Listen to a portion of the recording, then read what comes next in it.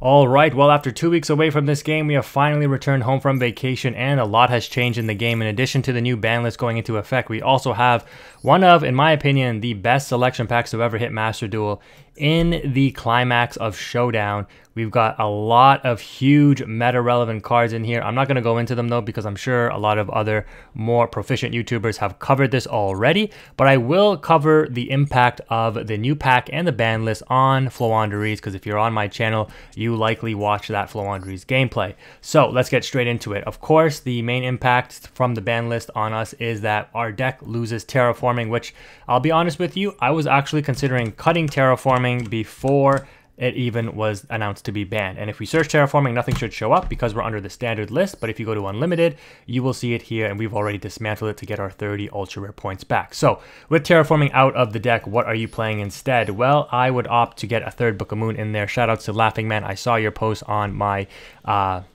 YouTube post where you said that you'd probably use a third Book of Moon, and I agree with you. I've actually gone ahead and put that third Book of Moon in the deck. Why? Because Book is actually still very useful. It can help play around still very prevalent tier limit cards like going into Bagooska, going into Dragostapelia. It can help book the Sprite Carrot, which would negate like an evenly match to break the Sprite board. It has a lot of utility, not to mention, you know, booking your own birds to play around Imperm, in addition to having the Advent, just having 6 ways to dodge Imperm in and of itself, and I guess Effect Veiler too, because it's still somewhat prevalent in the format, is very beneficial. Of course, everything else remains the same. This deck has become much better in this format though, and I'm going to outline why by looking at some of the other decks that should be relevant in the format. To start off, we have to cover the deck that was tier 0 in Tearlaments.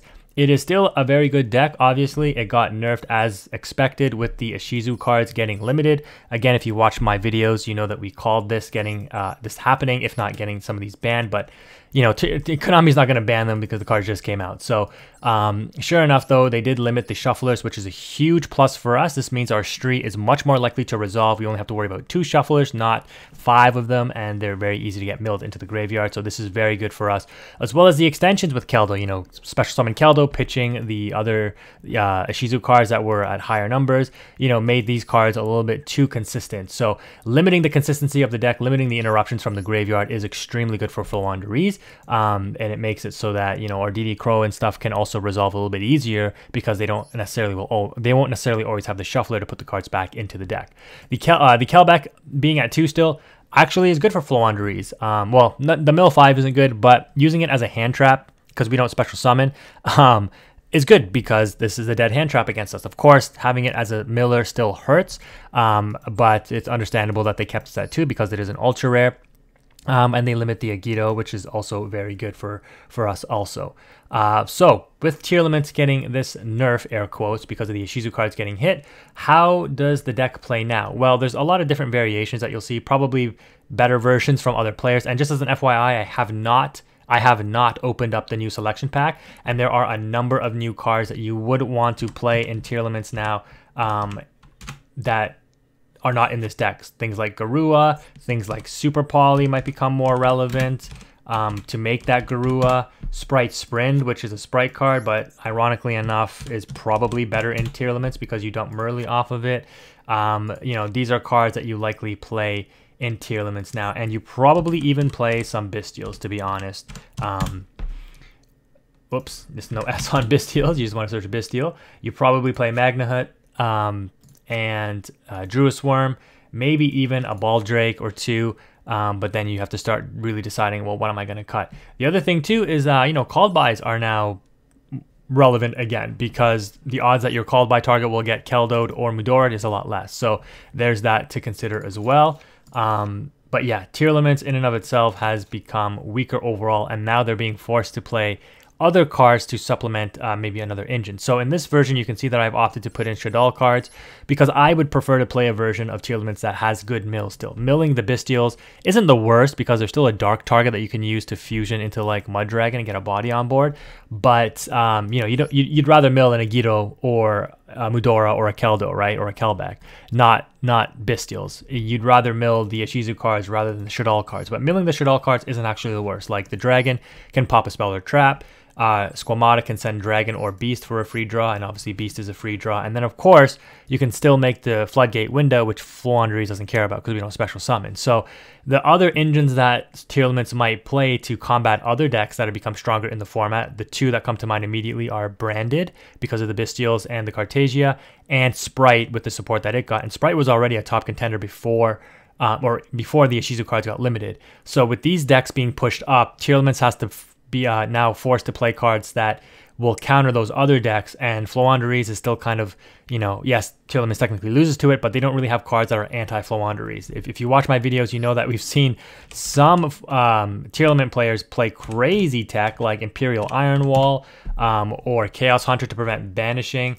And these are not good cards to play. These are bricks against every other deck in the meta when you play Tearlaments. They're only good against like Exosister and Floowandereeze, which are technically your worst matchups, but you're gonna draw bricks against Sprite, you're gonna draw bricks against the Mirror Match, you're gonna draw bricks against Branded, and these are all more prevalent decks in my opinion. So the odds that a Tearlament player is gonna play anti-Floowandereeze cards very, very, very low.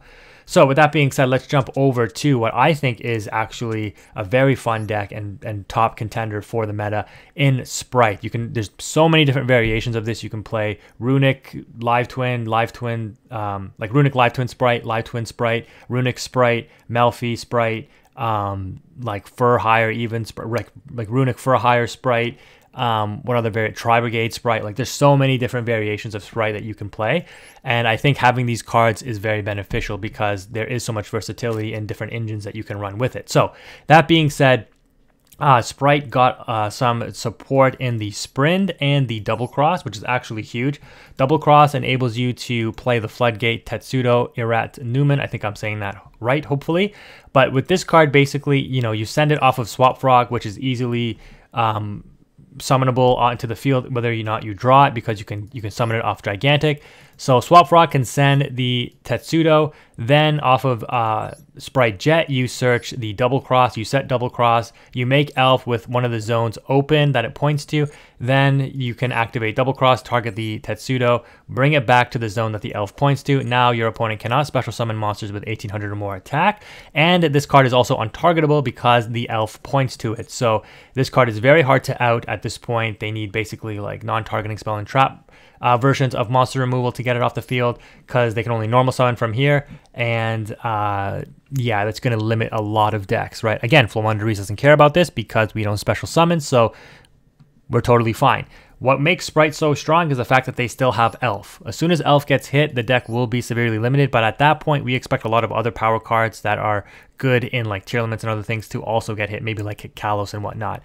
But the reason why this is very powerful is because if they go turn one setup full board, they have Monster Negate in red, Spell and Trap negating Carrot, they've got Interruption with the IP to go into either Unicorn or Crusadia. They might also opt to play the Melfi package, right, to bring out Herald of Arclight, which is a counter to a lot of decks, etc. You have trouble with as Floowandereeze player playing through that many interruptions because you only have 5, maybe 6 cards in your hand if you're going second, right? So the traditional way that you used to beat Sprite is just Dark Ruler No More, draw the out. So you play 3 Dark Ruler No More, you hopefully can pot into it because they don't normally negate the pots. But if you draw Dark Ruler turns off Elf, it turns off Carrot, and then you can just evenly match from there, right? There's a lot of times, I know it's a 2-card combo, air quotes, and people are like, that's terrible, but you draw it more than you think, especially when you play the pots. So without playing Dark Ruler No More, your Book of Moon can't target the Carrot if the Elf points to it, which means that they just negate your evenly match. Unless you can really bait out the Carrot negate early, which is unlikely, you're not clearing the Sprite board with an evenly, and then you have to try to play through a red and an IP and all that stuff still, which is very difficult. So just Sprite being more prevalent in the meta does hurt Floowandereeze a little bit, but as soon as Elf gets banned, Floowandereeze is rolling, because then they no longer have that Carrot untargetability. You just Book of Moon the Carrot, you evenly matched, it's GG's from there. Very, very straightforward. So of course, you know, the odds that opponent sets up a full on like optimal board every time you play Sprite is unlikely as well.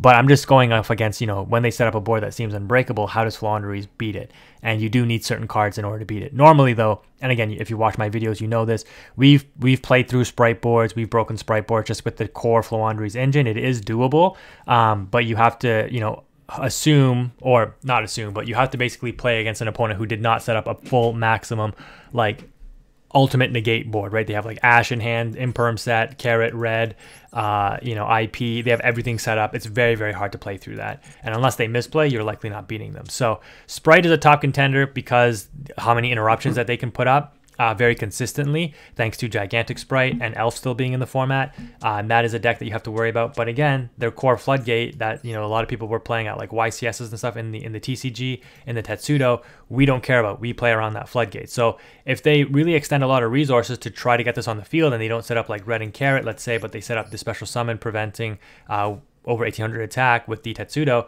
Floowandereeze easily plays through that, so that's no problem. The double cross though can impact Floowandereeze because they can take your Empin, so keep that in mind.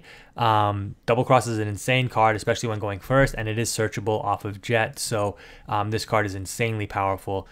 Be aware of that in the format. The final deck I'm going to cover, at least in this video right now, is Branded Bystial. I haven't put together a full list yet, but I did play Branded a while ago. Maybe I'll go back to it if you guys want to see it, because I do plan on cracking open like, I don't know, 10,000 gems worth of this pack on my main account, as well as 15,000 on an alt, I think. So stay tuned for that if you want to see it. But this deck is becoming more prevalent in the meta for sure. Branded is one of the favorite decks that people like to play, and with it getting the additional support in the two new fusions in the Granugol and the Cartesia, as well as the Bystials, which indirectly kind of support it. This deck is a fun deck to play, and it is a force to be reckoned with. Regular Branded was very strong, but this version is also very, very strong because of Regain, because of Beast, because getting the Bystials into rotation. In real life, I have this deck, and I only play it with just 2 Bystials, and I still play the Regain just because Regain is that good, and Branded obviously banishes cards. And I think I still play Beast too, just because Lubellion is consistently summonable just by tributing like Albion, which gets it in the graveyard, which means you can trigger the effect during the end phase. So there's a lot of interesting plays you can use with Branded to keep it meta relevant. I'm not the best Branded player by any means because I don't really play the deck all that much, but when I face a very good Branded player, I'm always amazed at like how many different interruptions that they can play into that I didn't even see, right? Because you know, if you watch my videos, I like to when I play, I do my commentary over the replays. I say like, okay, if I do this, these are the different options the opponent has to execute. If I do this option, these are the additional things that the opponent can do. So I like to really think through what are the options that the opponent has and what are they likely to do in response to my play. And that's how I like to play, and that's how I usually that's how I usually maintain a good win rate, is because I can read the opponent fairly well, knowing what their deck does, knowing what they're likely going to go for, and knowing if I have answers to it or not will dictate whether or not I go for a certain play. But with Branded, I'm always consistently surprised by like, oh, I didn't see that line, or I can't believe he was able to do that. Like I didn't think of that. So yeah, Branded is always a problem, and it does just get better straight up in this format. But Floowandereeze still beats it, because I don't know, I guess our engine just, you know, like the things that Branded does, it doesn't deter Floowandereeze that much. Like you banish one of my birds with Mirror Jade, that's fine. You're gonna wipe my field with Mirror Jade if I get rid of it, that's fine, because I usually just put up an Empin anyways, and my Ryza and Apex get returned to hand, so I don't usually build huge boards. I play kind of dynamically with the deck, right? So, and you know, even if Mirror Jade or Albion is in the graveyard, I'm going to prevent your extensions by Ryza-ing the Albion back into the extra deck and the Mirror Jade back to the extra deck, so you don't get to trigger either effects, for example. You've seen me do that if you watch my videos. The Granugol, I don't think we care about this, because if a monster is special summoned by your opponent's activated monster effect, we don't special summon, so this card in the graveyard does nothing for against Floowandereeze. The Rinbrum is a problem though. Oh, no, never mind. When a Fusion, Synchro, Xyz, or Link monster effect is activated, we don't do any of that in Floowandereeze. So again, this card, you know, all these new support cards don't really affect us all that much. You can negate the effect, return one of the monster on the field to the hand. During your opponent's turn, while this card is in the graveyard, quick effect, target one fallen out of Albaz in your graveyard, special summon either that card or this card, and banish the other. So yeah, they can special summon Albaz, I guess, and then use it to discard a card and fuse off, you know, maybe like your Empin on field with the Albaz to make I think it's the Tri-Brigade or Brigand. Is that the name? I don't remember this one. Yeah, Fallen of Albaz, 1 level 8 or higher monster. So they can make this, if they even play it, which they likely won't. This is like the only like interruption that the opponent can have off of the Rinbrum. They can use the Albaz and your Empin to make the Brigand.